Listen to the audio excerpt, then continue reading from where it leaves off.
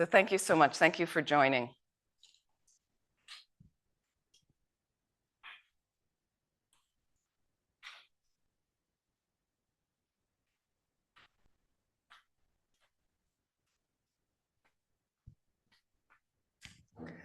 So another great opportunity to get together with our mind.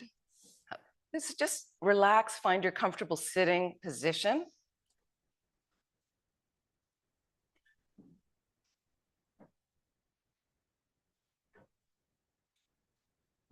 We come back into our retreat space.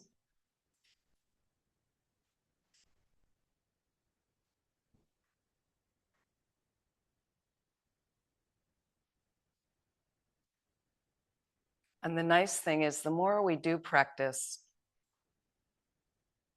the yogi yogini mind can be with us all the time. So even though you may not formally be in retreat or in your meditation space, that mind grows in you. So there's a lot more mindfulness, awareness, non-reactivity in a negative way, that you're not fostering the negative mindsets. And just watching your mind gently go through its actions, trying to keep it focused on the positive.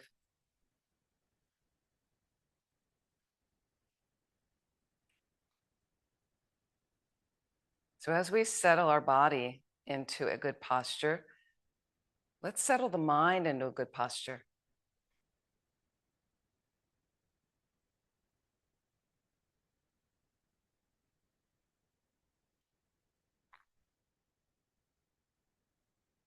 Just have a brief look at your mind, how you're feeling.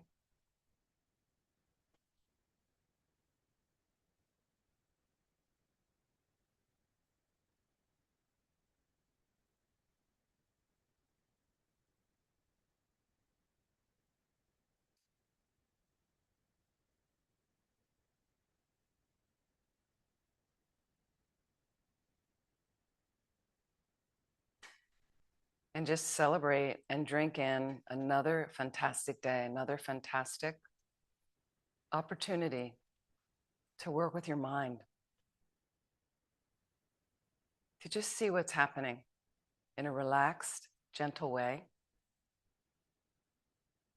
non-judgmental.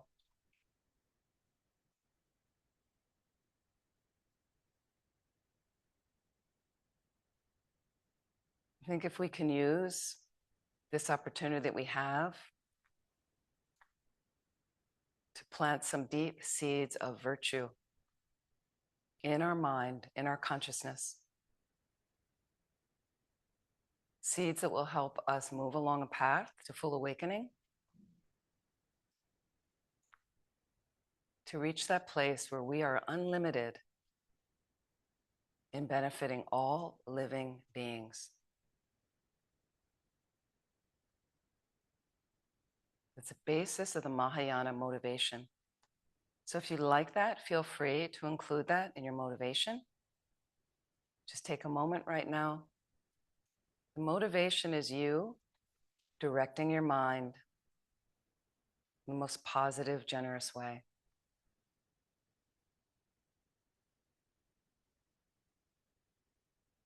Just take a moment, set that motivation.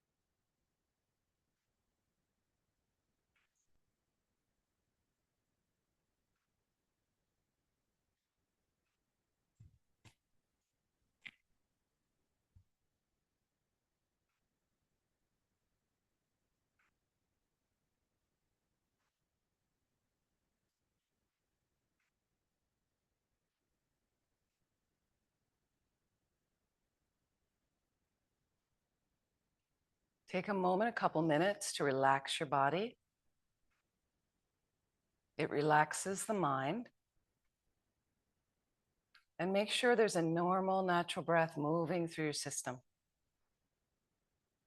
And you can use that to release any tension you find you're holding in the body. Take a couple minutes.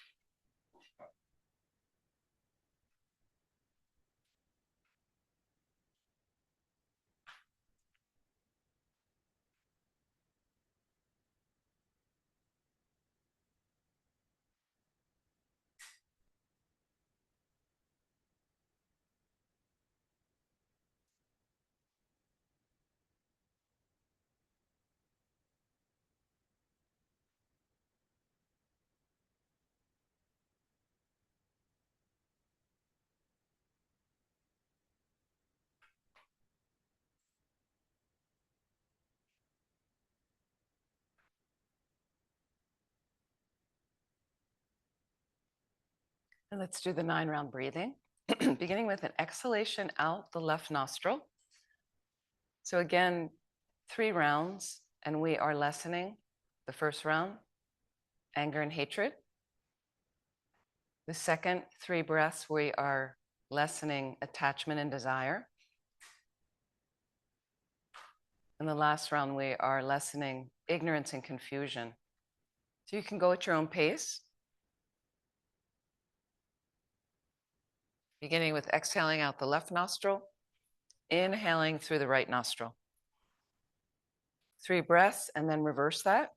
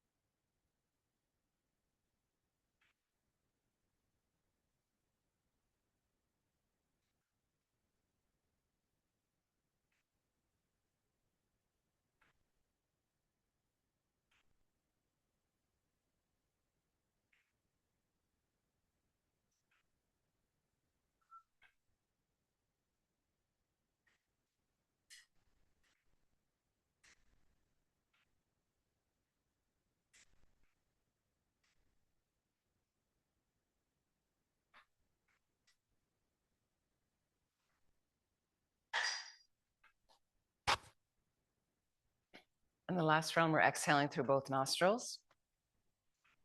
Inhaling through both nostrils 3 times, lessening ignorance and confusion.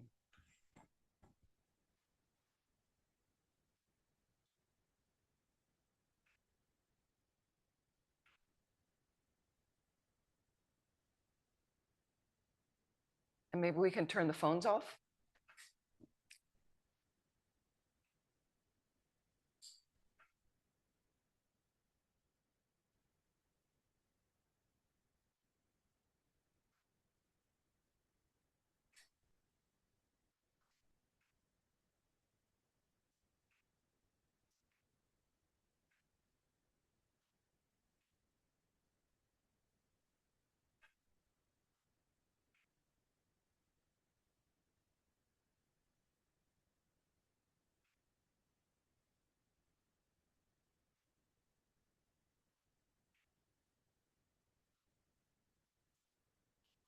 Just settling the mind on the breath, on a normal, natural breath.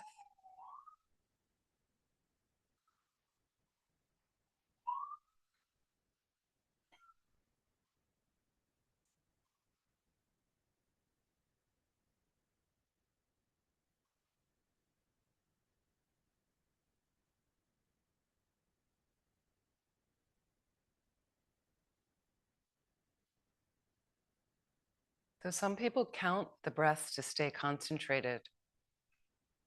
Many of you are familiar with that. One inhalation, one exhalation counts as one. You can see how far you can count before the mind wanders. And should it wander, you just simply bring the mind back to the breath and you begin counting again at one.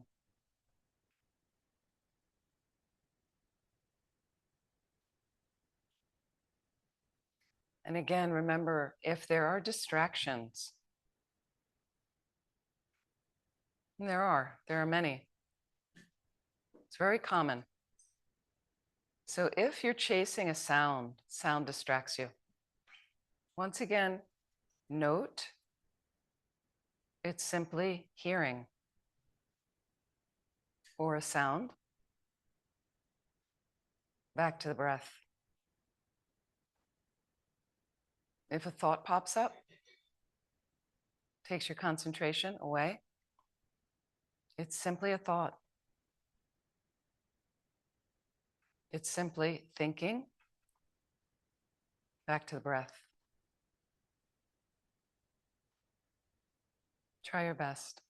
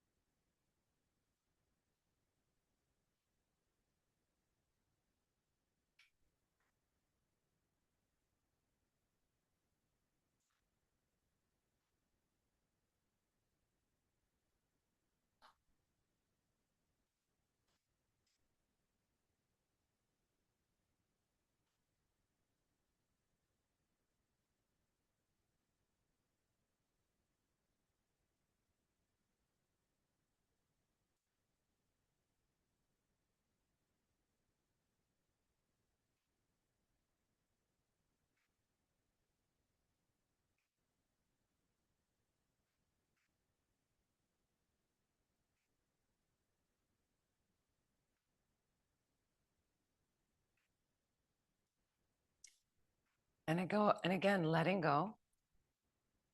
Instead of pushing, squeezing, am I meditating? Is this meditation? Let go of all that. Just let those bubbles float off.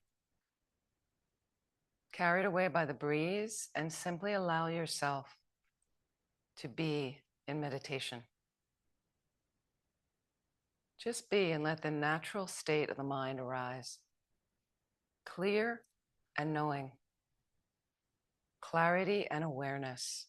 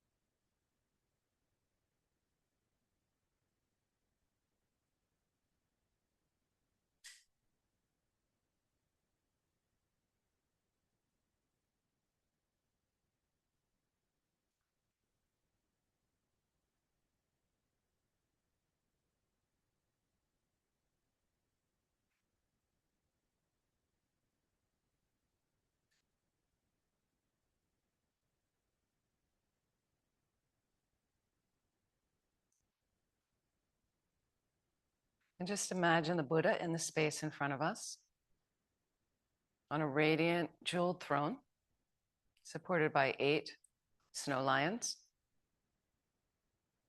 He sits on his foundation, an open multicolored lotus, on which rests a moon cushion and a sun cushion.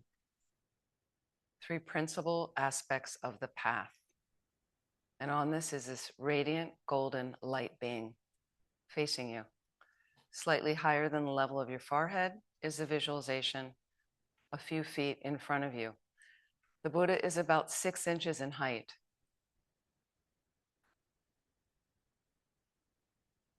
Draped in beautiful saffron robes, his hair blue-black tied up in a top knot. Just get a sense as if he's really there, this enlightened being with an omniscient mind. At his heart, you can imagine your guru, your particular teacher, any teacher you feel aligned with. Or you could place His Holiness the Dalai Lama. Just imagine they are one being.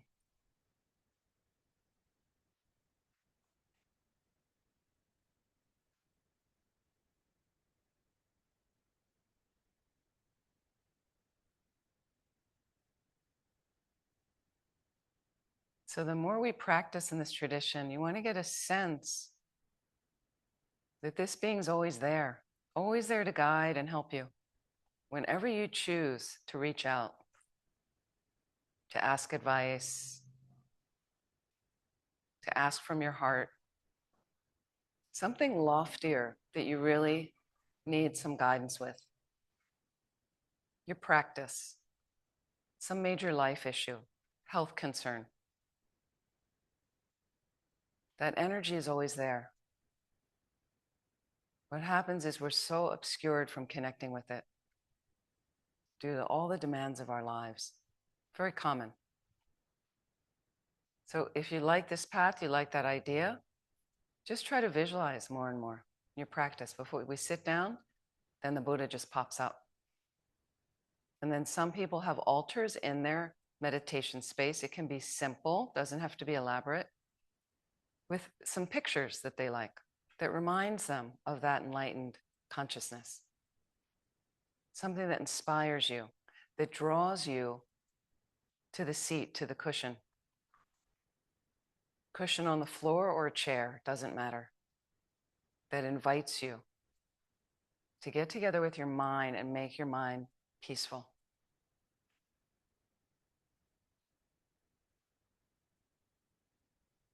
So please relax. Slowly open your eyes. And we leave the Buddha out there. And just to a little bit support our practice, the Shakyamuni Buddha practice book. And I just want to read, when we were thinking, if you're not sure about a motivation, you sit down. When I was newer, I didn't really know what I was doing. Meditation, I was like, I want to meditate. Not really sure what to do. Now we have all these booklets that support. And so just the very first line of the booklet, how extremely lucky I am that I have not died yet. Okay? So it's a bit stark in a way for some people. How extremely lucky I am that I have not died yet. Okay, so first we just had a moment of this precious opportunity. Great. Some of you have been with me before where we talk about a little waking up meditation while you're lying in bed, 4 to 5 minutes. So the beginning is precious human rebirth. How fantastic. You wake up in bed in the morning. Okay. Do you ever notice you come into consciousness, so you realize the body's functioning, right? And you realize the mind. And do you ever have a moment of succulence of that experience? Because one day it's not going to be functioning like that.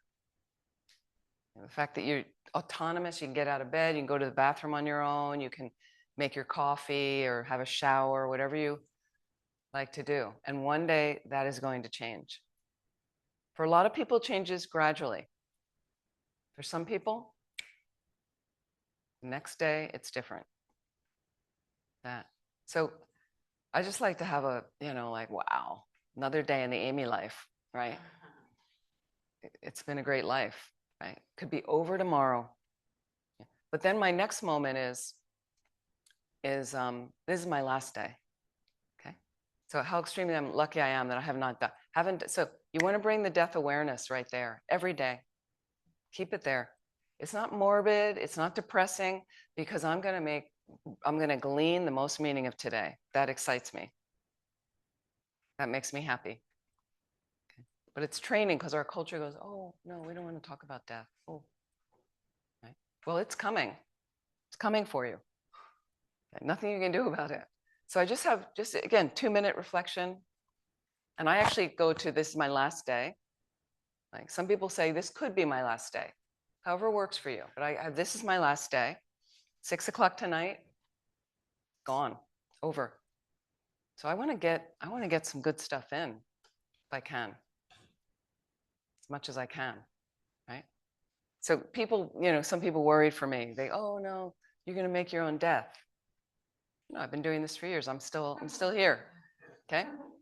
You don't create your own death, but it's just a mindset for me. It keeps everything a little heightened. I remember years ago when I was quite new to retreats and started doing some retreats, but a friend of mine was going into a 3-year retreat, Milarepa Center, many years ago in Vermont. And I saw her right before she went into retreat. And I thought, wow, that's really something. I didn't know if I could do that. And then she would write letters in retreat. And people were sending her money. And I sent her, when I could, I'd send a little check. And I'd get letters from her. And handwritten letters in like the old-fashioned way. And she would say in one of the letters, and it was written in the margins a lot, meditate on death every day. That's what's going on, and I realized there's a nice heightened thing. So and then what I did is the next moment, then I set my motivation before I even get out of bed. Then I have, okay, so I have a great opportunity. Death is coming. Set my motivation. I got to do something that's going to direct me on this path to get enlightened. May I focus, and you put it into your own words. Can I focus all the activities in my body, speech, and mind towards something virtuous? It's going to get me enlightened quickly for the benefit of all living beings. And then I get up. So I've already got that little whoop, little buoyant pillow there, lifting me up. Then if you like, you're not sure what to say, you read some of the motivation.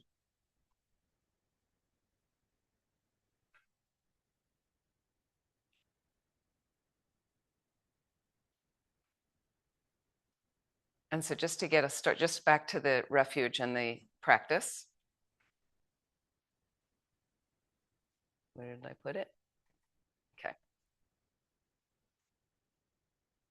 So I'm be sitting in my own thing, and you can put it into your other words. You might have other texts, that's fine, But just once again, this is the Shakyamuni Buddha practice booklet. Okay, this is number 3 on that list that'll be shared with you of getting your practice started, basic suggestions in this tradition. Okay, so let's read together. Taking refuge. The Guru is Buddha, the Guru is Dharma, the Guru is also Sangha, the Guru is the creator of all happiness. In all the Gurus I take refuge. The Guru is Buddha, the Guru is Dharma, the Guru is also Sangha, the Guru is the creator of all happiness. In all the Gurus I take refuge. The Guru is Buddha, the Guru is Dharma, the Guru is also Sangha, the Guru is the creator of all happiness. In all the Gurus I take refuge. And wait for a moment, I'm just going to go to the essential prayers. We'll do a little bit shorter. Some of this we're going to do a little bit shorter.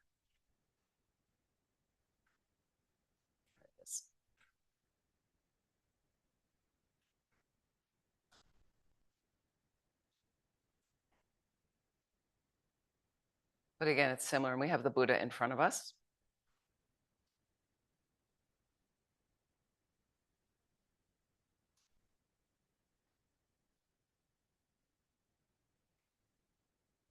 And this is a standard refuge prayer. Most of you are familiar. Let's read this one time through because we just read the other one. I go for refuge until I'm enlightened. to the Buddha, the Dharma, and the Supreme Assembly. By my practice of giving and other perfections, may I become a Buddha to benefit all sentient beings. So once again, make sure your mind is with those words, that you're not blah blahing and thinking about your shopping list today. Right? Then you have to go back and do it again. Like you really want to, it has an effect on your mind. And this is the short form of the four immeasurables. Let's send these incredible prayers out to all the universe. May all sentient beings have happiness and the causes of happiness. May all sentient beings be free from suffering and the causes of suffering. May all sentient beings be inseparable from the happiness that is free from suffering. May all sentient beings abide in equanimity, free from attachment for friends and hatred for enemies. 7-limb prayer. Reverently, I prostrate with my body, speech, and mind. I present clouds of every type of offering, actual and imagined. I declare all my negative actions accumulated since beginningless time and rejoice in the merit of all holy and ordinary beings. Please remain until the end of cyclic existence and turn the wheel of Dharma for living beings. I dedicate my own merits and those of all others to the great enlightenment. Short, so these are the most essential prayers. At least you want to do these, okay? And this happens to be from number 1 on the list, the essential prayer book. This is like pages 34 and 35. Really easy. And it corresponds to the Shakyamuni Buddha practice booklet. If you want to know the reason for some of these, what they mean, you go to the Shakyamuni Buddha daily meditation practice booklet, and then it'll explain more detail. Short mandala. Let's chant this in the phonetics.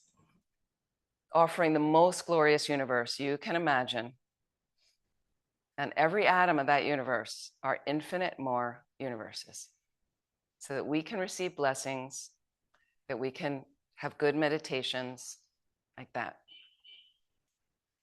O Sajipaki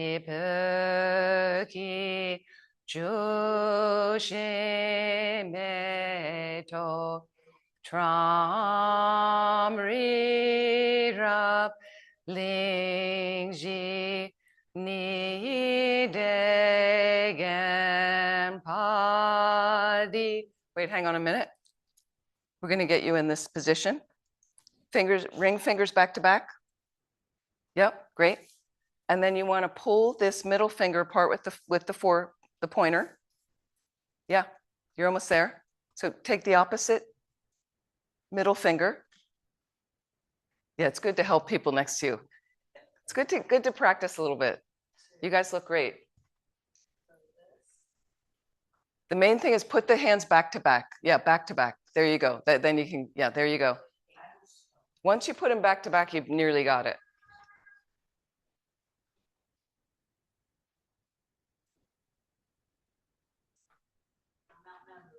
Yep. And then you want to take those middle fingers, Donna, and pull them apart with the pointers. So the main thing is to get the hands back to back, and then you.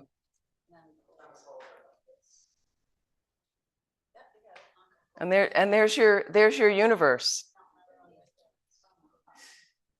And how are you guys doing online? Okay, some of you do it. Yeah, I know it's hard online to find, but it's good to practice a little bit. Yeah, Pedro got it. Great, fantastic. Okay, thank you so much. I just thought I'd have a little tutorial. Why not? Yeah, Mount Meru is the center of Buddhist cosmology. That's the center. The main thing is you have to get the idea, I've got to put my hands back to back, because people start like this, and you won't. Once they're back to back, then the pinkies show up in front, and the thumbs are right there. So you grab the pinkies with the thumbs, pull them apart, and then I take the middle fingers, pull it apart with the pointers. I got my little world system, Mount Meru in the middle, and then all those little things represent the 4 continents. Okay, let's start again. Now that we've got our universes. Everybody's with us. Okay. Sajipaki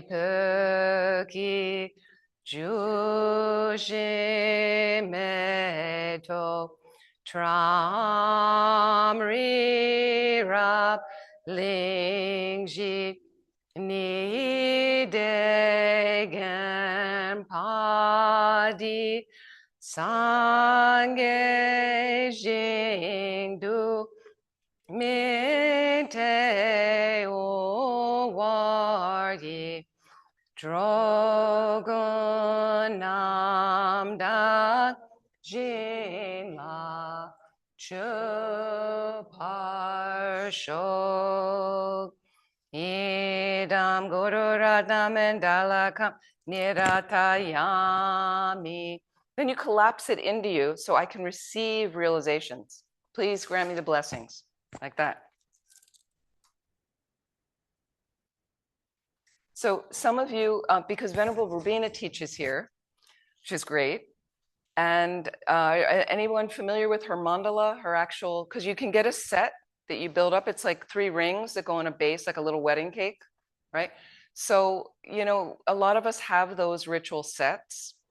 Rinpoche very much want, you know, because you have more merit. And then if you're doing mandala offerings as a nundro, you want to have your set and you use that. But it's fun. You make it, you put crystals in it and you put anything lovely that you like in there.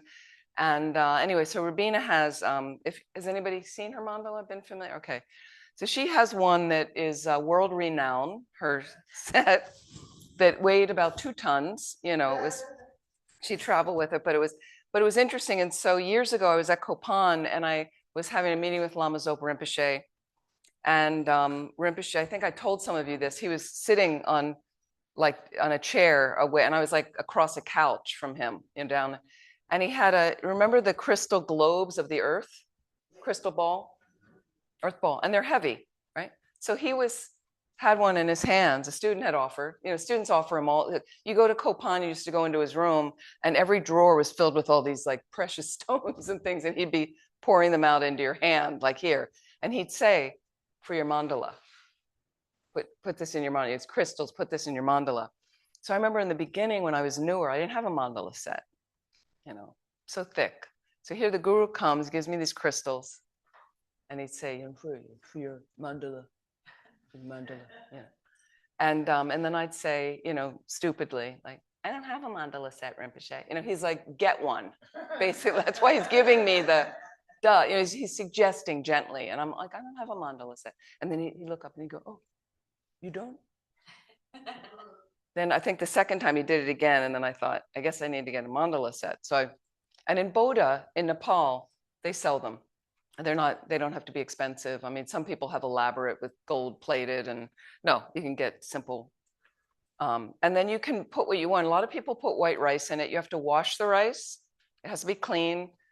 The quality of rice in Nepal, all the rice breaks up and it ends up like powder. But you wash the rice, wash it with saffron water, dry it really well. That's the basic way people would do. But I also, you know, you can get beads, little beads, and put it in. It's more pleasant, you know, and then put your favorite things in there, like that. So Rinpoche is with this ball, earth ball, and he's bouncing it back and forth between his hands.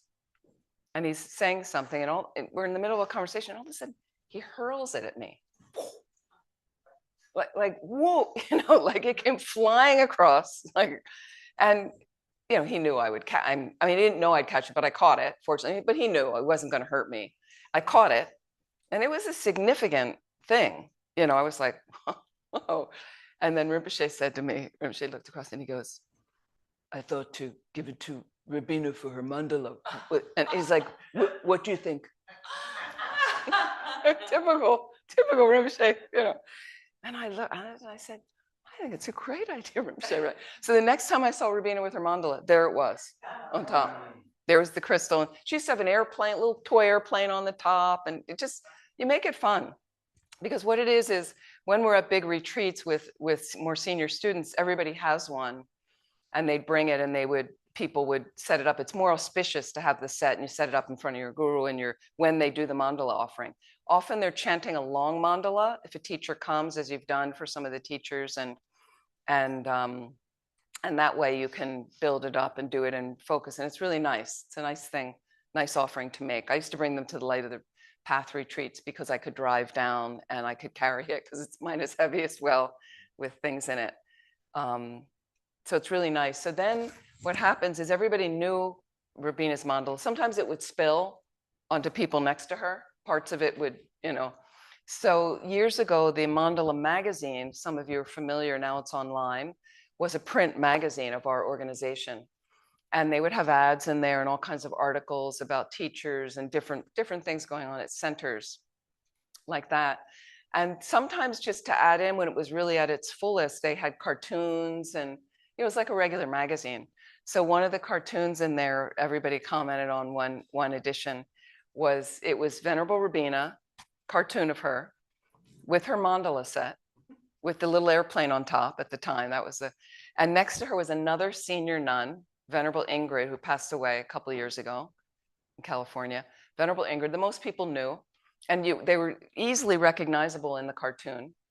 And you see Rabina, with her, the mandala making her offering like that. And you see Venerable Ingrid next to her, like side-eyeing, like worried that she's going to get hit with one of the objects. You can see, it was the funniest cartoon. Everybody commented. It was very cute. Okay, so we've got some preliminary, we've done some really nice, and that was basically also takes you through the essence I mentioned of the Shakyamuni Buddha practice booklet once again. So the one thing we didn't do is you could take time again. I'm just giving you an abbreviated way to do it, to set up your practice, something that you will get to every day, that you can get to, okay? But one of the things we didn't do that we did yesterday was you can really do a little bit more extensively where you're blessing, purifying the place. I'm blessing my offerings. There's just little, verses that say this. And then if you'd like, you do a more extensive offering prayer. So yesterday we recited that offering Dharani, the mantra Om Namo Bhagavate. You recite it 3 times, your hands like this. And then if you'd like, you blessing extensive power of truth. So helping those offerings to be received by holy beings. And then if you'd like, because what happens is you don't just set your water bowls up, you have to offer them. So the offering comes in every sadhana, in every practice, okay? But people just think the whole point is setting up the altar. It's not, it's about offering. You set it up so you can offer it. So even if you have a short offering and you want to think about the water bowls filling all the space of everything they represent. So learn what they represent, left to right, okay? I went over that yesterday briefly. So you just want to learn what is the significance and what do they tangibly mean? The flowers, the things like, and then what does that represent? For instance, the light offering represents the wisdom realizing emptiness. So any understanding I have of emptiness, that's what I'm offering. But it's multiplying, filling all the space, especially when you say the mantra, like that. And like Samantabhadra, offering wizard. Right? And then I want to visualize all the 6 sentient being realms. And I said you transform, the offerings transform into whatever they need. So a hot hell, it's cooling rain, nectar, snow coming down, easing their pain. And all those offerings transform into whatever the beings need that alleviates their suffering instantly. So you can take as long or short as you have. You visualize, you do the offerings. Then you imagine offering to all the Buddhas, Bodhisattvas, brings great bliss to their minds. And you visualize all the holy places you can think of. Some of you have been to these holy places. Great. Some of you see a picture of Bodh Gaya Stupa. Good enough. And you visualize the offerings are towering over these shrines. So you get more merit. So the better your visualization, great. Some people have struggled with visualization, I understand. You do the best you can. And you visualize all the centers we have around the world, all the temples and nunneries, monasteries, all the images that is in every center, statues, stupas, and all your offerings are towering over like that for you to get the merit to create the cause. So again, at Milarepa Center, when I was the director there, the center had no money when I got there. It was really, really a wreck. And beautiful, beautiful place, beautiful area. And so we started very slowly. It evolved. We had a little offering room. And slowly we got statues, a couple of them recommended by Rinpoche. So Rinpoche, there's a reason he sees. But slowly and then we started setting up water bowls in this room. And it just first evolved from one little set. Then it was like tables of small, but they were done every day, almost every day. And we had a summer work study crew and we taught them how to do it. But we would all stand for 15 or 20 minutes after they were set up. And we would read these things and do the offerings. Okay. So water bowl offerings, which is one of our Nundro, by the way. So you can even have a little table at your house or a kitchen counter, put a little cloth down. You set up 20, 25 bowls like that. In the morning, fill them up in the right way, make an offering, right? Go to work all day, come back, empty the bowls, set them up again. 50 bowls a day, right? After 6 years, that's 100,000 bowls that you offer. So break it down into something bite-sized chunks. So water bowls bring prosperity for you. So it's an accumulation of merit, that practice brings prosperity for you. So Milarepa Center, all of a sudden the money started coming. Amazing. Like just from weird spaces, the money just started coming in, so we could fix the center. We could do all these things like that. And we never looked back, just kept going. The whole time I was there. It was extraordinary. And I had so much faith in the water bowls. I just knew it was the water bowls. That's what we were doing. So you could, if you have some time, maybe you don't have time every day, maybe you do it once a week. Maybe you do every day abbreviatedly, like that. Really helpful.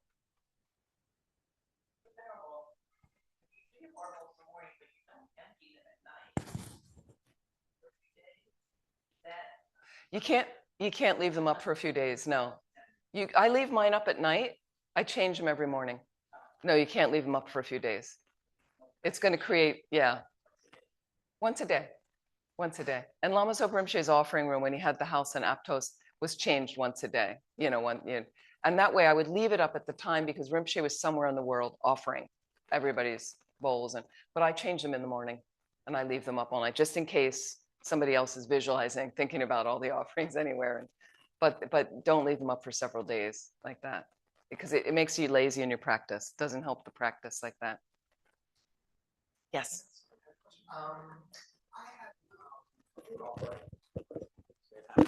I've had a food offering that expired and I couldn't eat it myself and I couldn't, so I wasn't sure what to do with it. I know that I shouldn't throw it out. A food offering that expired? How do you mean? Well, really, is it no longer edible? Mm-hmm. You know what I mean? It was a granola bar, say. So now it's a little bit beyond. It's not a day old. Now it's 3 weeks old. I'm still holding on to it because I don't want to discard it. And there's not a lot of information about that. I saw one thing that Rinpoche said, maybe put it in a tree where. Wait, so a food offering that was from your altar? Yes. Okay, yeah, because I'm just thinking you got food that's spoiled, throw it out. Yeah, right. It's on my altar. So it's on your altar. Sorry. Yes. If so, the food on your altar, and you can bring a bowl of fruit. I have some like a rice bowl for the food, and sometimes I'll wash it, and always wash the fruit. Then I put the dried apple on top, but take it off before it spoils. Don't let it spoil on the altar. Yeah. So look at that stuff. And the thing is, if you put a bowl of oranges on the altar, right? And maybe you live alone, you have these, but you want an orange, ask the Buddha, can I have an orange, please? Can I take the bowl off and serve it to my guests? They always say yes, but don't let it spoil on the altar. Take like the flowers, as soon as they go, you get a little brown on it, take them off and get fresh, because that keeps your practice. So all these little things, your altar's really dusty, your mind's going to be dusty. Your food is spoiled, kind of spoils the practice. Like all these things really have an effect. Like that, yeah. Thank you. Yeah. And then if it's really spoiled, I would put it outside for the animals or something like that if you can. Or yeah, as long as it's unwrapped, don't leave the wrapper out.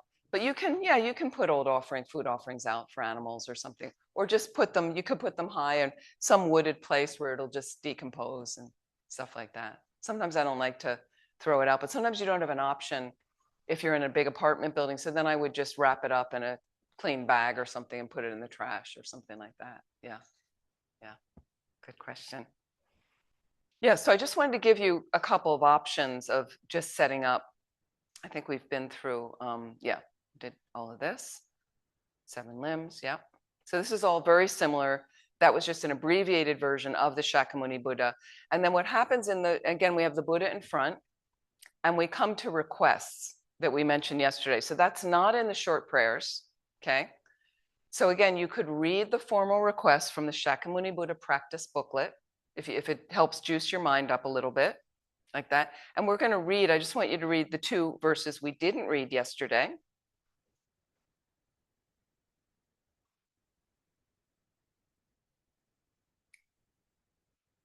So these are the second 2 verses. Let's read together from Holy Sublime. We'll start there. Holy sublime field of merit, my perfect pure Guru, by making offerings and requests to you, Savior, sole root of all happiness and goodness, please bless me to be happily guided by you. Magnificent precious root Guru, please abide on the lotus and moon on my crown, guide me with your great kindness, and grant me the realizations of your holy body, speech, and mind. Let's take a moment. And then if you'd like and you have any personal requests, as I mentioned yesterday, again, something loftier than your World Cup team winning today.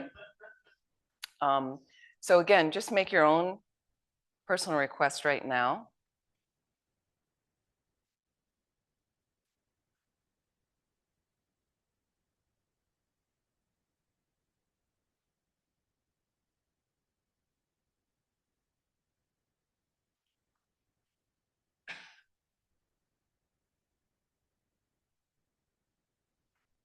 And we come to the Lamrim prayer, foundation of all good qualities. So we did we left off with refuge yesterday, like that. Yes, we skipped the lower realms once again. Okay, well, I have to get another retreat where we can dive in there. So let's read, and then we're going to stop at a verse and we'll do some more meditation. The foundation of all good qualities is the kind and perfect Guru. So again, if when you're reading, I did talk about Guru devotion yesterday, again, more from a more personal aspect, but reflect on anything you've read about Guru devotion. You know, if you've read that part, Liberation in the Palm of Your Hands has some brilliant parts of it, or read Heart of the Path at some point. It's a beautiful book about, you know, so whatever you reflect on, whatever you've heard in teachings, each verse, you really want to reflect on what you know briefly of that topic as you recognize the topics. The foundation of all good qualities is the kind and perfect Guru. Correctly following the Guru is the root of the path. By my clearly seeing this and applying great effort, please bless me to rely upon the Guru with great respect. When I have discovered that the precious freedom of this rebirth is found only once, is extremely difficult to find again, and is greatly meaningful, please bless me to unceasingly generate the mind, taking its essence day and night.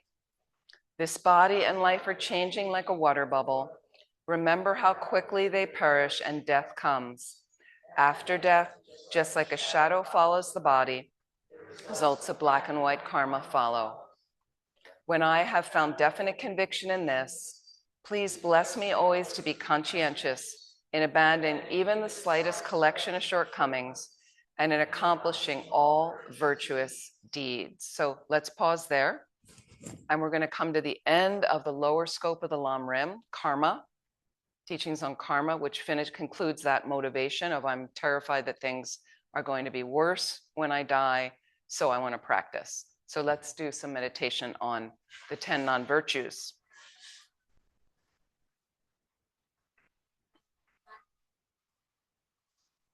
And then we'll take a short break.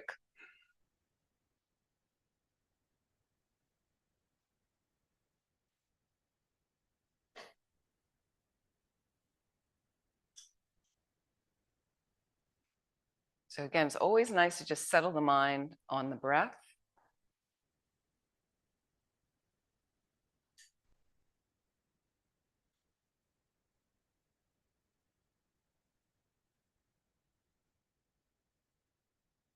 So again, check the posture. Hands are right palm on the left. Thumbs are pressed together, right against the body. So the body's held erect. You're alert, you're awake. Again, you can experiment, okay? But you want to get into good habits because then it keeps the mind, you kind of message to the mind, oh, we're doing meditation now. I want to follow, I want to focus and get it back into that space.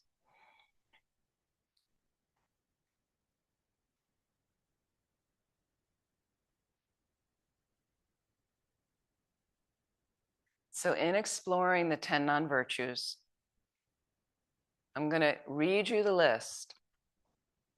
Just going to recite, go through the list of what we avoid with our body, speech, and mind. And I want you to notice the one or two that jump out from this list.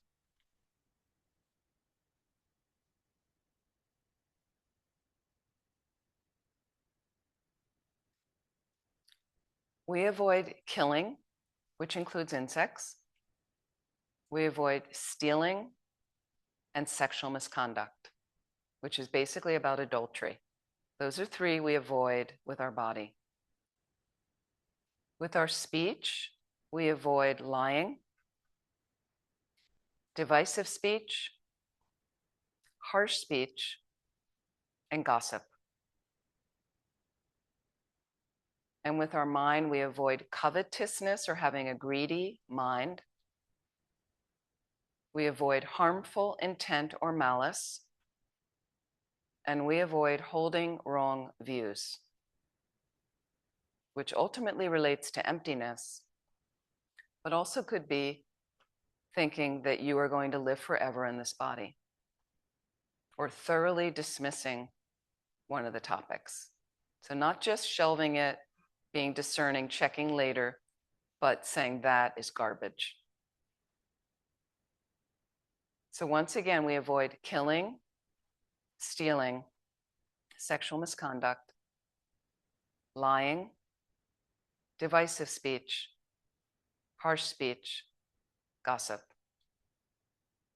We avoid covetousness, harmful intent, and holding wrong views.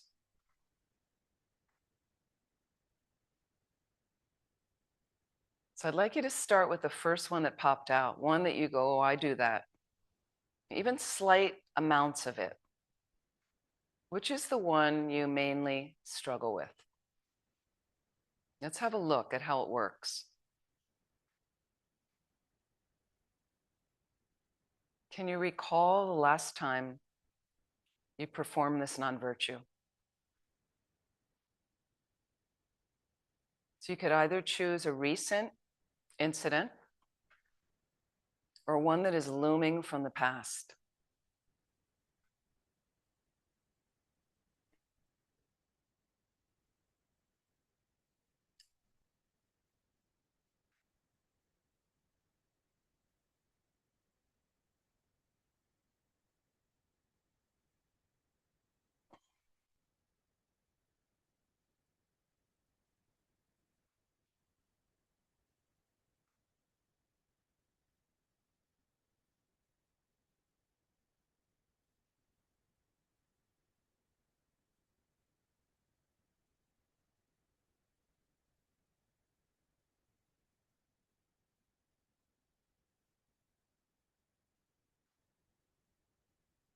So keep that in mind, that incident.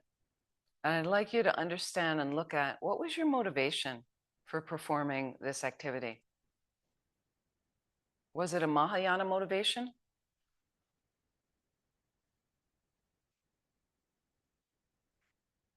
What were you hoping to accomplish? And did you accomplish it?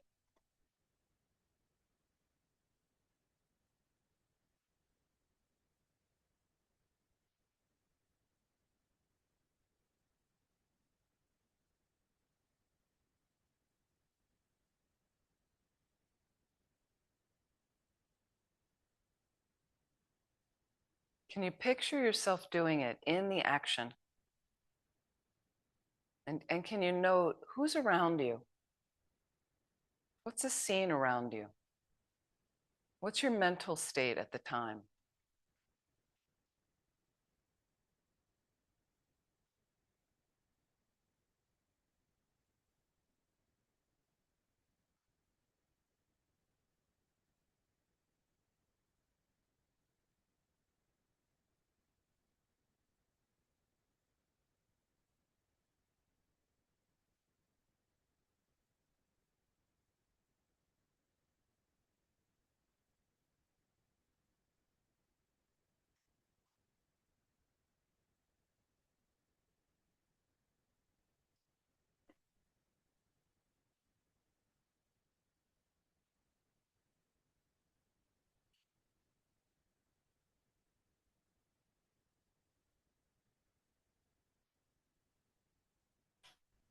How did it feel when you performed this activity? And how did you feel afterwards? How does the body and mind feel? If you can remember.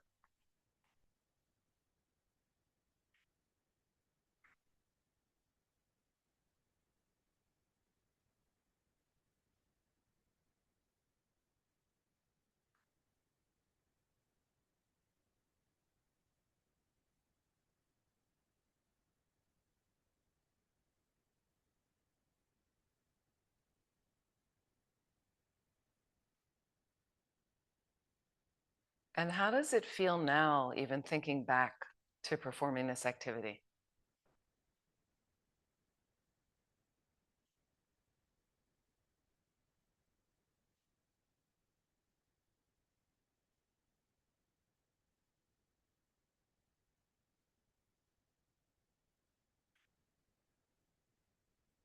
And have you done this activity over and over? Is it a habit that you frequently do? Or did something specific trigger it?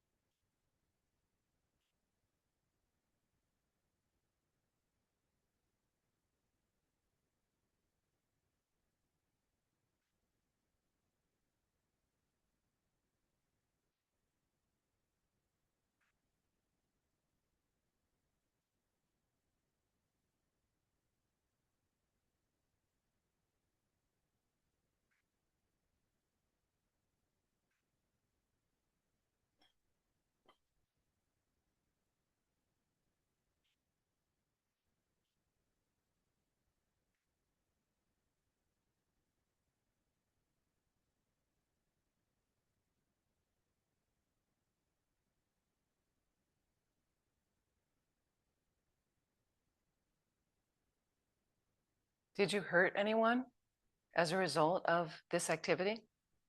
Did you hurt yourself?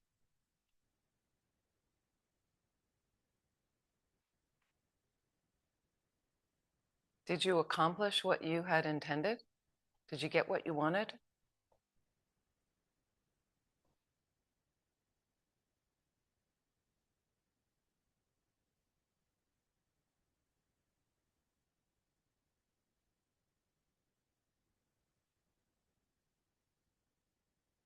Can you note a little bit of that habit in your mind? That that's what you have a tendency to do from previous habits of that in the mind? That it doesn't always have to be in the mind like that? So let's go back to the incident. Go back to the beginning. Whatever triggered it, who was around you, who was not around you, what you were thinking at the time. Let's do it in a better way. In your mind, set your motivation. Set a positive, perhaps Mahayana motivation.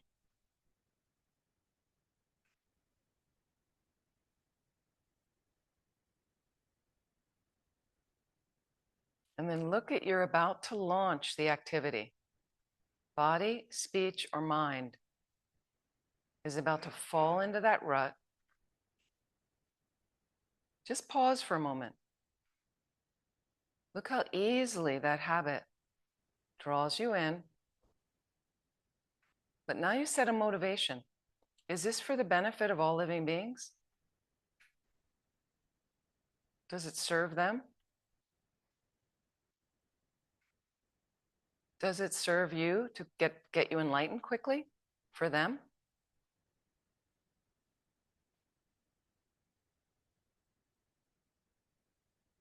So see if you still want to go down that street, the same activity. Do you still do the activity or something else? Do you note something else around you and are able to pause for a moment? Can you insert a positive activity instead?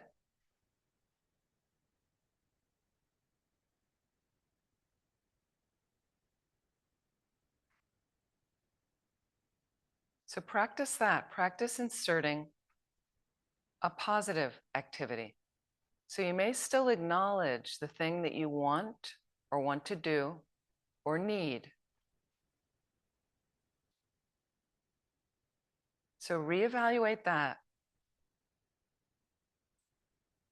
And then find a positive way to get there, if it's still a positive thing to do.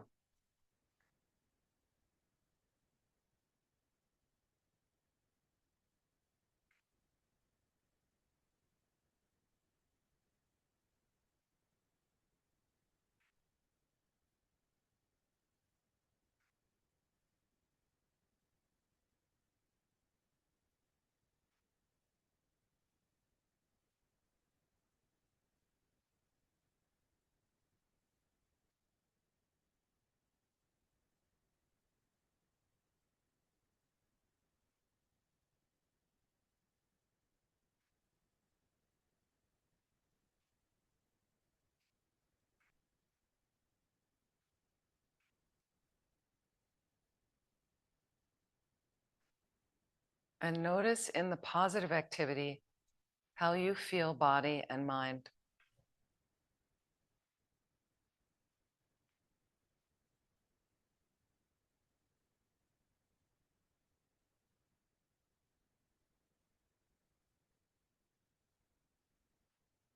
Notice the effect of the positive activity.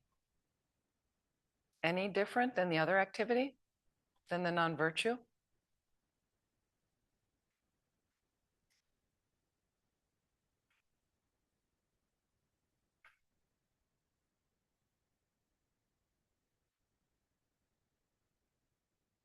If it seems to have a positive effect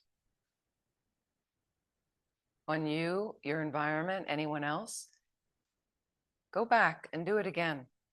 Think your way through it again, practicing that behavior again in your mind.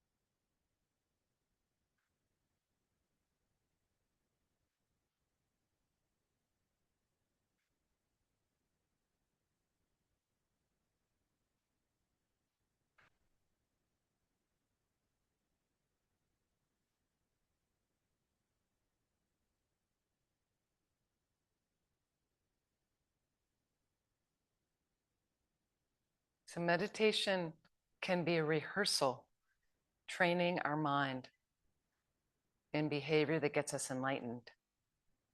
So you can go back and in meditation, in this analytical meditation, we go back and we do it over and over and over until when you're back in that actual daily activity, the training gets actualized. Suddenly the positive behavior arises.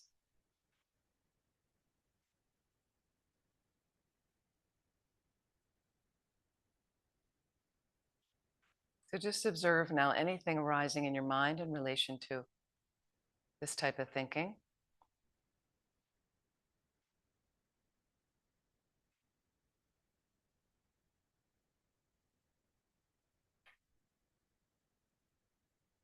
Please relax and slowly, when you want, open your eyes.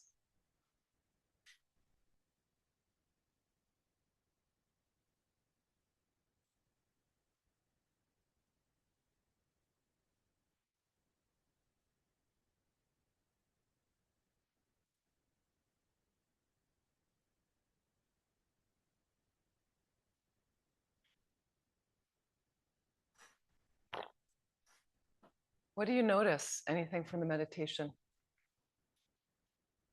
Helpful? It's interesting, isn't it? We just launch all day long into these activities, and then sometimes we really mess it up. So it is a training, but these things are designed to do over and over, especially if you have a really difficult thing going on. There's one person that's really pushing your buttons, and then bring them right into the meditation. Why you get activated. Why when they say that thing that someone else can say to you, but when they say it, sets you off. So what's the thinking? You see self-cherishing arise, don't have a direct perception of emptiness arise, then the delusions arise, get activated. There's karma with this person more than other people, some kind of all these things. So slowly you can analyze like that. As you build your Dharma knowledge, you start more pulling that in, and sometimes pulling it in right in front of them and going, oh, I don't want to respond negatively here because I'm going to see this again. Right? It's very much like that. But on the cushion, that I did it with somebody over and over, I did it. The cushion, this response that we just had this habit. Had to do it over and over again, and then sometimes you get in front of them and then some new behavior comes up. So don't beat yourself up if then you get all excited. I changed something. Great. And then the next time you see them, fall flat on your face again. So this is training. This takes time to train the mind. But you really want to grab the habits to see how habituated we are with other thinking that doesn't work. Right? I mean, did it feel good to walk into one of the non-virtues? How did it feel? It felt good to practice a non-virtue. Not to practice it, but to stand in it, to see it very clearly, and then to evaluate it relative to wanting to be kind. So that, no, it felt terrible to remember the situation. Right. But good that you were doing the work. Yeah, to start to dismantle the old trappings. And you said, no, it didn't feel good at all. No, yeah. And the perception I had, which I don't always think of, and it came very clear here, was the effect it has on someone else, what I'm doing. And actually what I'm doing is trying to be closer to that, to a person. Hold the, yeah. Because they can't hear you online. Yeah, there you go. I was the non-virtuous action. I was trying, maybe a motivation was to bond with that person. And then of course, by what I was doing was negatively affecting them too. And that gives me a very good motivation to not do it anymore. Yep. Ooh, yep. That was like, oh no. Yeah. Yeah. And sometimes it's mixed. A lot of times we have a good intention, but boy, did it go terribly wrong. I mean, that's, and you kind of, and then I go back and I evaluate and I'll be like, oh, yeah, that really wasn't, how could I do it more skillfully? Or I realize, so there's some people you realize they're not really they're not in a healthy place themselves. I don't need to fix this or do anything. It's okay. Let it go. Just let it go. But what's important is to feel that it doesn't feel comfortable. But we keep walking in there. It's like we're choosing suffering every time. But we do it, ordinary beings, we do it all the time. We do it all the time. So that's why it's helpful in the meditation when you realize, wow, it's not really good to use my speech this way, or it's not really good to be, I don't really feel good doing it. Did you get the result you want when you're participating in the non-virtue? Sometimes you get the end result. My old days of raising my voice on the phone with the telecommunication companies over my bill. Like sometimes they'd adjust the bill. So my ignorance said, if I raise my voice on the phone, I get my bill adjusted in the way I want it. That's a mistake of karma. You don't understand karma, right? Because getting my bill adjusted for me was positive, pleasant. So the only way pleasant karma, the pleasant activity comes up is from something virtuous, a virtuous cause, not from raising my voice at the person. So I didn't understand, right? So I put them together because it happened a couple of times, right? But raising my voice is going to have other people raising their voices at me, yelling at me, practicing non-virtuous speech with me, which I don't like. That's all it's going to get me, and other negative things. So I had a mistake in my mind. So sometimes we get mixed up where you get that's why karma is so intricate, so sophisticated to really see how it molts through things. So again, go back and study the characteristics that karma is definite is number one. Karma is definite. And that means any non-virtuous thing that you do, think, or say definitely results in suffering for you. There's no other way around it. So every time I'm going to raise my voice at some clerk on the phone over getting my bill adjusted, right, is going to create suffering for me. Right. So through that, understanding the teachings, studying a little bit more of the teachings, meditating on it, I don't do that anymore. I don't want that result. Right. I'll sit with the bill the way it is. Okay, that's my karma too. If they mess up the bills and things like that. Question? Yeah. There's another one that, and it sounds silly, and I sometimes try to tell myself, oh, this doesn't matter. But, you clearly said killing, and then you said insects. There's a certain insect, if it comes in my house, I do not want to try to catch it. I don't want to deal with it. It freaks me out. I don't feel good about it. But when I see it dead, not by me, I rejoice. But then I feel bad. But then if it's still alive, I'm going to kill it. So I can just hear Lama Zopa Rinpoche now in the background. I can just hear Rinpoche saying, that insect was your mother in another life. Was your mother in another life. Okay, that insect. This is great. I love the honesty to say, wow, a lot of people are challenged by insects this season. I've had people asking me for permission, to give them permission to kill the ants in their kitchen. I'm not giving you permission for that. That's a non-virtuous activity. Sorry. See, those don't bother me. I let them. What's your insect? Water bugs. Oh, water bugs. They're special. Those giant, crazy looking things. Do water bugs fly? Down in the south they do. Okay, Thank God they don't. We had in California, we had something that appeared that way at my cabin. Giant size, and it flew. And I was really like, and the shower's outside, so I had to be like, is it out there? I was really, okay. So here's what with insects, it's a personal decision. It's your own personal relationship with any of the non-virtues, how you're going to practice. I'm just giving you the information from the Buddha of what gets you into trouble and what gets you into happiness, okay?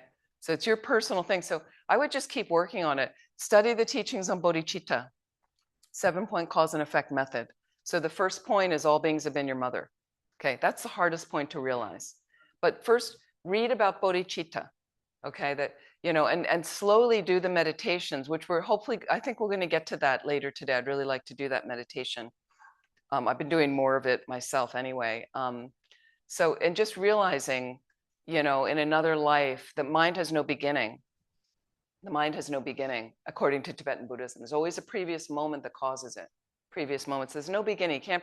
You can't point to a first moment because they'll say that's the result of a previous moment. Previous moment. So if you have that idea, beginningless nature of the mind, and every moment is the result of the previous moment. So this is causing the next moment, which causes the next moment. And that means the mind also goes on. It's a continuum. No beginning, no end. Really hard for us because we're linear thinkers. Okay? So you get this notion, which gives you the idea of reincarnation. And if that's the case, then the possibility exists that all beings have been our mother at one time or another. In fact, multiple times. Because there's no beginning to your mind.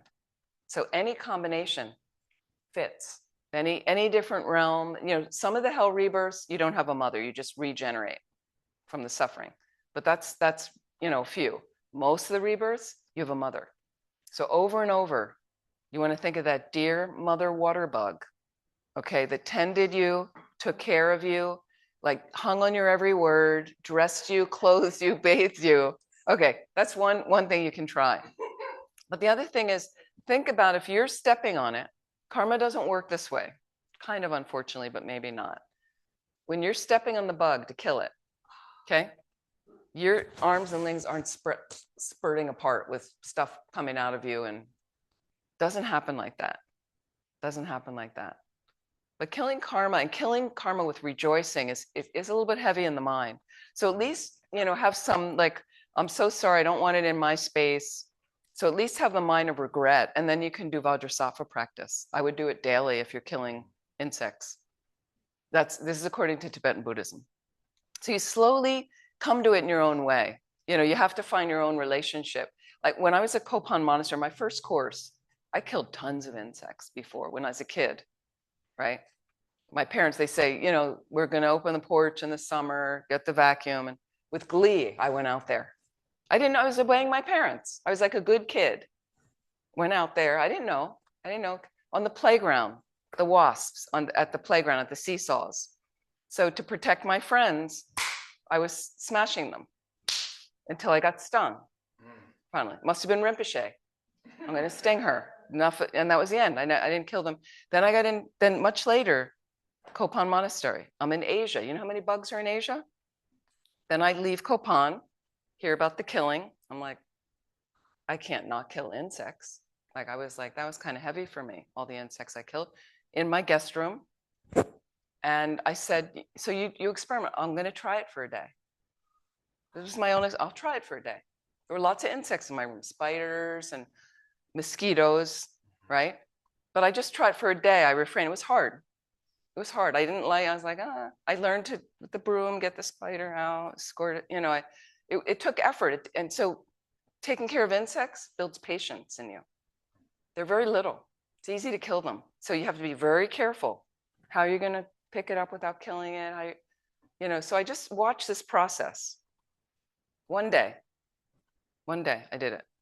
Right. And then you have to notice your mind. Don't do it unconsciously. I was kind of like, at the end of the day, I went, I'm happy with that. I was happy. It's like, it's good. And you see the spider go off, right? You see the cockroach go off, the water bug. They have their whole life and they want to be happy. They don't want to suffer, just like you.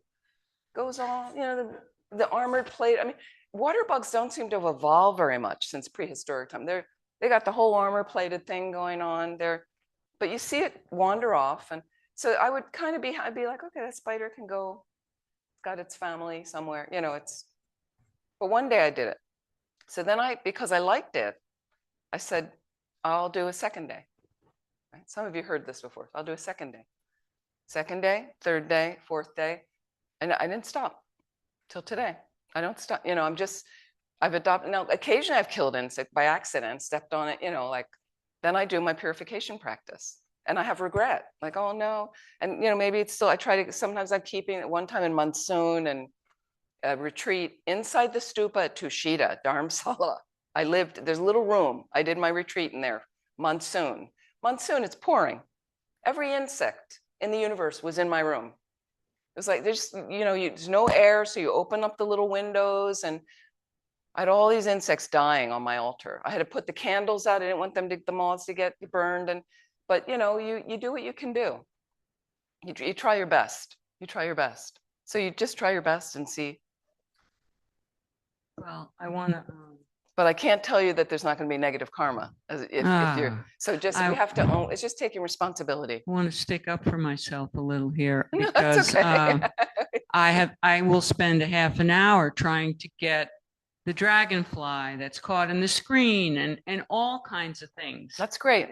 Rescuing bees from the water. I mean, I'm always doing that. And my eyes well up after they fly away. But these other things, I can't stand it. And there's like what's the difference? They're these brown, gigantic things that just freak me out. How do you think it feels about you? Can you imagine it coming in the room and then you come in? No, and I see it. Wow. It's afraid. I see. They're terrified of us. That's sickening. That makes me feel terrible. So I don't rejoice, oh, it's dead. I rejoice that I didn't have to kill it. Good. Right. Oh, when you see them dead. Yeah. Well, you can rejoice that you didn't have to kill it. I mean, that can be, you're not rejoicing that it's dead like that. So you do the best you can. Do the best you can. Anybody online, how are you doing with the meditation? Anything come up for you? Oh, we have a camera of the room. How wonderful. Thank you. So there's our room. You can see, I know you can't see the altar, but we can show you that maybe later. Very nice. Thank you so much. Any other comments online? Well, I just think when I was doing the meditation, number one, it feels so real. And there's such a regret for reacting, like, and thinking how often in ways that we don't even think about, like mine was speech, like how just a statement, it may be true, but it may not need to be said. Or, things that you minimize is like, oh, I don't lie. But speech is more than just lying. And there's so many layers to it. So when you were asking all those questions, I realized at the end of it all, there was nothing that came out of it that was really worthwhile or good. And that if anything, I felt if I could have done it again, I would have done it differently. Well, that's good to then look at inspire you for the new behavior. And then, but what we need to do is also practice the new behavior because we don't have a habit of it yet. Some of us don't have that habit and that certain one that we were focused on. You can actually go through all the 10 non-virtues. That's how it's designed to be meditated on. When you meditate on karma, that's one of the things you meditate on. You also meditate on the 4 characteristics, but go through each one, but it's better to start with your biggest one first. Identify and then try to practice rehearsing, role playing new behavior. So that's really powerful, Maureen, what you're saying. When you realize, well, there was nothing good at all that so then we want to just practice new behavior. And it gets exciting when you start actualizing it. Yeah. So let's take a 10-minute break. So I know lunch is coming soon, but 10 minutes. And again, I would stay in silence, have a cup of tea, go to the bathroom, stretch your legs. What you need to do, let's focus on those 10 non-virtues. How can I do it better? How can I do it better? Or reflect on yesterday on refuge. How's your refuge? What do you take refuge in? Do you call up? Do you think about Buddha, Dharma, Sangha when you're suffering, when you have a problem? Do we turn to Dharma? Do we turn to other things? So think about some of those things. Because we're meaningless things. Let's come back. Thank you.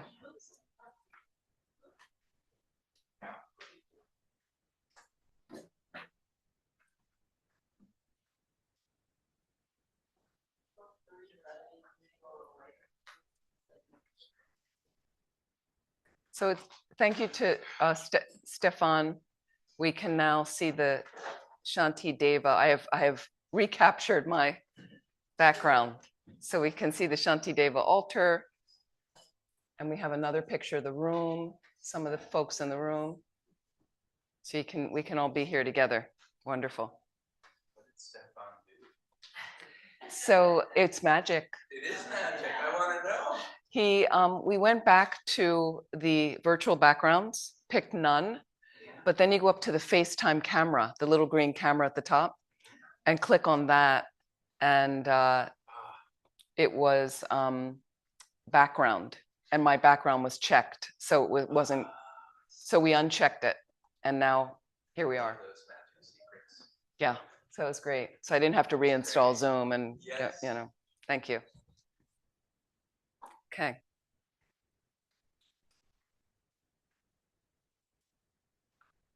Let's do another quick meditation. Quick meditation.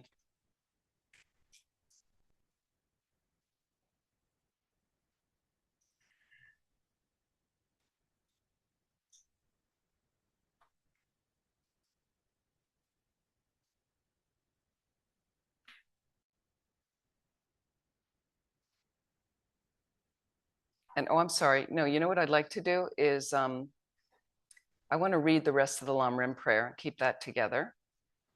Let me just share my screen because we don't have quite enough time to do the meditation I wanted. So we're going to go back and read the prayer. And again, in your practice in any order, you want to read another paragraph and go to another meditation, you can do it. And then maybe later in the evening, you finish the prayer. There's ways you roll it out. You can stop the practice at one point, go to work, do your stuff, come back. And, Lama Tsongkhapa Guru Yoga used to do that with us sometimes. definitely.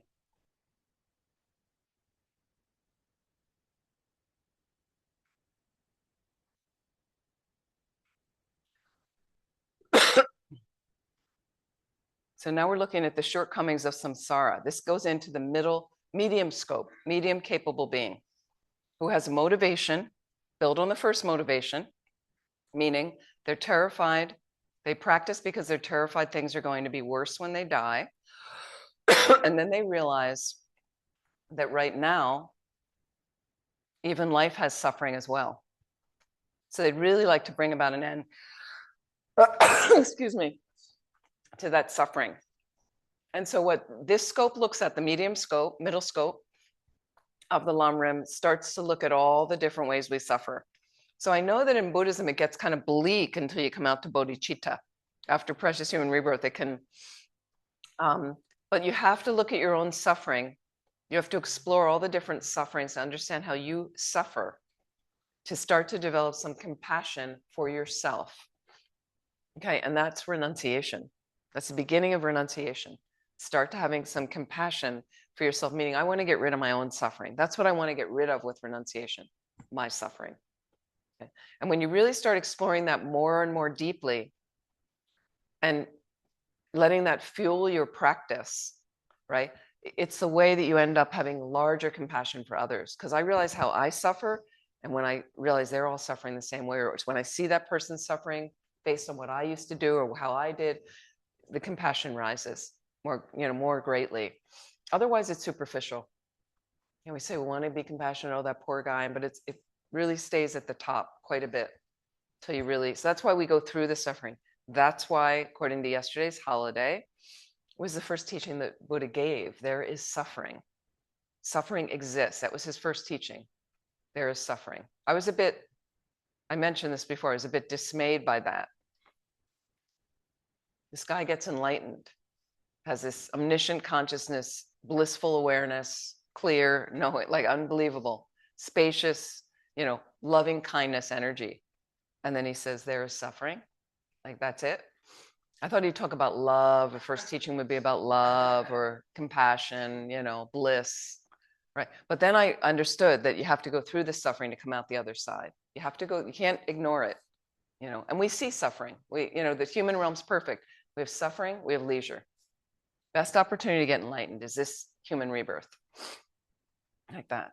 Perfect jumping off point. So very powerful to look at those sufferings. So we'll do a little bit of that after lunch. Okay. So let's read. When I've recognized the shortcomings of samsara perfections, there is no satisfaction in enjoying them. They are the door to all suffering, and they cannot be trusted. Please bless me to generate a strong wish for the bliss of liberation. Through my being led by this pure thought, with great remembrance, alertness, and conscientiousness, please bless me to make keeping the individual liberation vows the root of the teachings my essential practice. Just as I have fallen into the sea of samsara, so of all mother transmigratory beings, by my seeing this, please bless me to train in supreme bodhicitta, which bears the responsibility of freeing transmigratory beings. Even if I develop only bodhicitta without familiarizing myself with the 3 types of morality, I cannot achieve enlightenment. By my seeing this well, please bless me to keep the vow of the sons of the victorious ones with fervent effort. By my having pacified distractions to wrong objects, correctly analyze the meaning of reality, please bless me to quickly generate within my mind stream the unified path of calm abiding and special insight. When I become a suitable vessel by training in the common path, please bless me to immediately enter the holy gateway of the fortunate beings, the supreme of all vehicles, the Vajrayana. At that time, the basis of accomplishing the 2 attainments is keeping my vows and samayas purely. I have gained effortless conviction in this. Please bless me to protect them even at the cost of my life. Then, when I've realized exactly the vital points of the 2 stages, the essence of the tantric sets, and I'm enjoying the yoga of 4 sessions with effort without being distracted by non-meditation objects, please bless me to accomplish these according to the teachings of the holy beings. Thus may the virtuous friends who reveal the noble path and the spiritual practitioners who correctly accomplish it have long lives. Bless me to pacify completely the collections of outer and inner obstacles. In all my lives, never separated from perfect gurus, may I enjoy the magnificent Dharma, and by completing the qualities of the grounds and paths, may I quickly attain the state of Vajradhara. We're going to recite some of Shakyamuni Buddha's mantra. And once again, like yesterday, he's in the space in front, golden light rays coming from his heart, pouring out, entering our forehead, completely dissolving into us, clearing away negativities, obscurations, diseases like this, and granting us all the blessings and realizations of his omniscient consciousness as we recite his mantra. So I'll recite a little bit, we can chant together, and then we can recite some on our own. Uttayata Om Mune Mune Maha Mune Soha Tayata Om Mune Mune Maha Mune Soha Tayata Om Mune Mune Maha Mune Soha Tayata Om Mune Mune.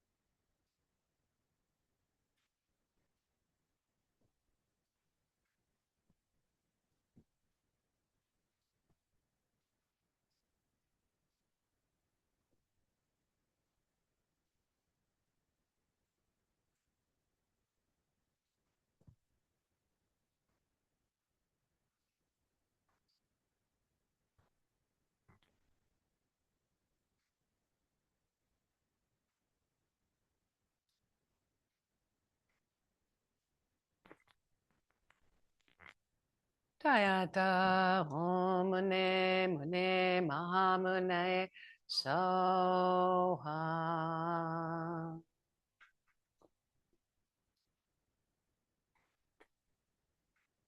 So the absorption, you can just imagine again the Buddha in the space in front. We're going to take a replica of that Buddha. We're going to leave the Buddha out there so we can offer our food, our lunch, and still receive the blessings. But you can imagine a replica comes to your crown, facing the same direction as you, along with the jeweled throne, the snow lions, the lotus, sun and moon cushions on which he sits. And slowly from the edges of that visualization, dissolves into the center into a radiant golden drop of light. And imagine that drop melting into your crown. And feel all the blessings of Shakyamuni Buddha's holy body, holy speech, holy mind, completely merging with you, inseparable.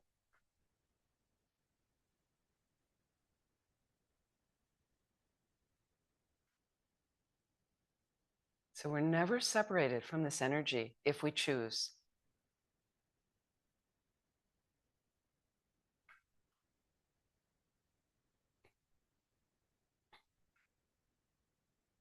And so again, if you're doing this booklet, I just want to point something out. So then it says in this paragraph, I rise in the aspect of Buddha. Okay? Not if you don't have highest yoga tantra initiation. Don't arise as a deity or the Buddha. You just feel that oneness with that energy, but it makes a mess with your path and stuff. So just wait till you have a highest yoga tantra initiation. Nothing to worry about like that. And don't worry, sometimes we've made mistakes in our practices like that. Things happen. We can always do purification. So the thing is, the Buddha is always there. If you choose to make a pattern of that coming up in your heart and your mind, okay? So a lot of times we're faced with a lot of choices in life. A lot of mundane decisions sometimes bigger decisions, bigger choices, right? So I have my WWRD, like what would Rinpoche do, right? That goes, like sometimes I'll be in something's happening, this student, something's going on. What would Rinpoche do here? See if you can bring that to mind. What would the Buddha do? Or another teacher you have, what would His Holiness do? What would his response be? Okay. It's fascinating too when you think His Holiness losing his country, Tibet, right, to the communist Chinese, having to stand by why 1.3 million of his country people slaughtered, right, imprisoned now. I mean, 1.3 million killed, but more still imprisoned. Horrible things have happened for the Tibetans. It's a genocide, right? The latest thing I heard in Tibet, so now I think they're starting to outlaw Tibetan. Can't speak Tibetan, it's like, and they're monitoring people's phones. Are they texting in Tibetan? Are they, it's like just totally, inch by inch, just wiping out a culture. In a couple generations, it'll be really hard in Tibet. Fortunately, there's an exodus that came out. So they're trying to maintain, but it's not the same as being in Tibet and things. So it's really, really very sad what's going on. And a lot of the world doesn't know much about it like that. So when you think of His Holiness losing his country, all he's endured and fortunately hosted by a neighboring country that's taken him in and all the Tibetans all these years, and how he, his whole mantra, never give up. Never give up. You just keep choosing kindness. He doesn't want to have a, militant response, hostile response, because that's why he says why they got in the situation that they're in. So one thing I also wanted to say about your water bug, okay, some of the things we have to do in life, I'm picking on Donna, is so there's certain things in life, as we just have to deal with that we don't like dealing with. We have all kinds of stuff like that, right? So sometimes you can just kind of have a little talk in your mind of like, I'll just do this. Like, I know I don't like it. Okay. And I had an issue with spiders. That was one of my like, other insects didn't bother me, but all those legs, it was like you got your little armor placed, but it had all these legs. And so it could go this way, but then it would go that way. So I just really had a fear as a kid of spiders. And then you go to India and they have wood spiders, they were called. They're huge and they're fast. And sometimes they bite you. You wake up in the morning with big bite, big spider bite. But the main thing is they were big on the wall like this big, but they were really fast. You couldn't catch them. So I learned to kind of escort with my broom, how to escort it out of the room. But there were more, but they weren't poisonous spiders or anything, but they were. So, I realized like if I'm living in India for a bit in this one place, so I learned like, some of the insects, I got a wide mouth plastic tumbler cup, cheap cup. I could see. And I learned how to trap it. I had a card, it would slide. And so I even with the spider, I'd be like, okay, you know, and I just grin and bear it. You just realize these are some of the things in life. You know, people don't like paying taxes. They don't like going to the doctor. They don't like getting shots. You just do these things, you know, and see how it feels. See how you feel. You just try a little bit, try your best. Now I don't have much of a fear of spiders. And the other thing is karmically, you just see that we're made up like that. We have different karma that comes in from a past thing. I know people, you know, horrified at any bugs. They can't be around any bugs. They're completely freak out, right? We know people like that, right? I know people afraid of dogs, right? They never had much interaction with dogs this life, but could have been bitten by dogs in a past life. So there's a lot of, so this karma comes in from another thing, you know, that the water bug is your practice, right? Virtuous friend, every water bug, but think they're a virtuous friend showing you your mind where you need to work. You need to figure out a way to practice compassion and patience. And here's my guru, that water bug. Anyway, you can play with it a little bit. Just different techniques I've kind of worked on my own mind trying to figure out, this is really putting me off. Like, how do I deal with it? Right. And the wood spiders, I never was able to catch them. I could never, they were too fast. So then I was like, okay, second option, escort it out of the room with the broom. I could do that, and I could manage to get the door open to the broom, and it would, you know, it would probably come back under the door, but at least I could, that was the best I could do with them, like that. And it would run. I mean, I thought of here I come, I'm so big. Thing was terrified of me. I'm sure you could see that its behavior is like, you know, this monster's coming. You know, sometimes think about it through their eyes, what they're just trying to do the same thing we're doing, you know, want to be happy, don't want to suffer. Okay, we're going to stop there for lunch. And I'd like to just do a short dedication of whatever merit we may have created from the morning. Thank you for all your effort and work and comments. And may we invest it and dedicate it into our being able to develop a very rich, consistent meditation practice. And first learning and studying the Lamrim, so we know what we're meditating on, effective, to make the meditations more effective. Again, there's a lot of guides on that sheet that's being sent out that I put together. And may that really benefit my practice to help me move along this path to full awakening as constructively as I can, so that I can be of unlimited benefit to all living beings. And we're going to do the food offering prayers right now for everybody while we're here.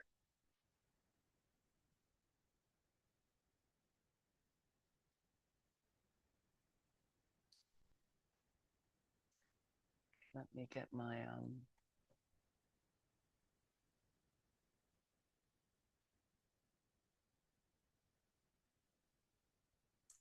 So Donna, you asked me yesterday, where are the food offering prayers? And they are page 207 in the Essential Prayer Book. So that's number one on the list. So there's a whole, you know, different types of food offering prayers, but that's really nice to be able to offer your food and drink.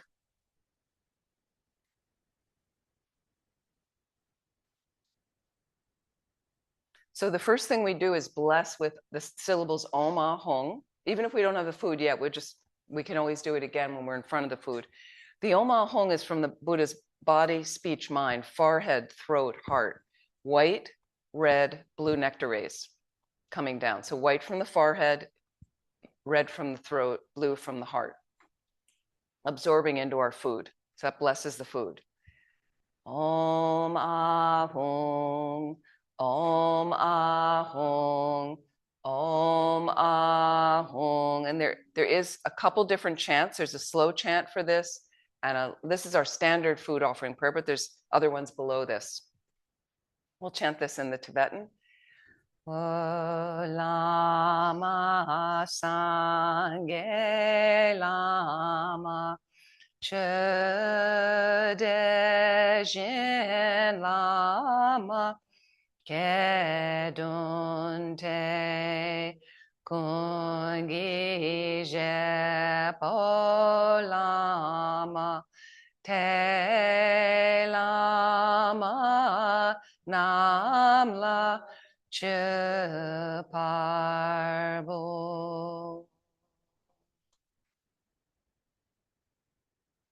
So it's nice to think the food is empty. Please enjoy your lunch. We are back. And if we can get on Zoom, the 2:15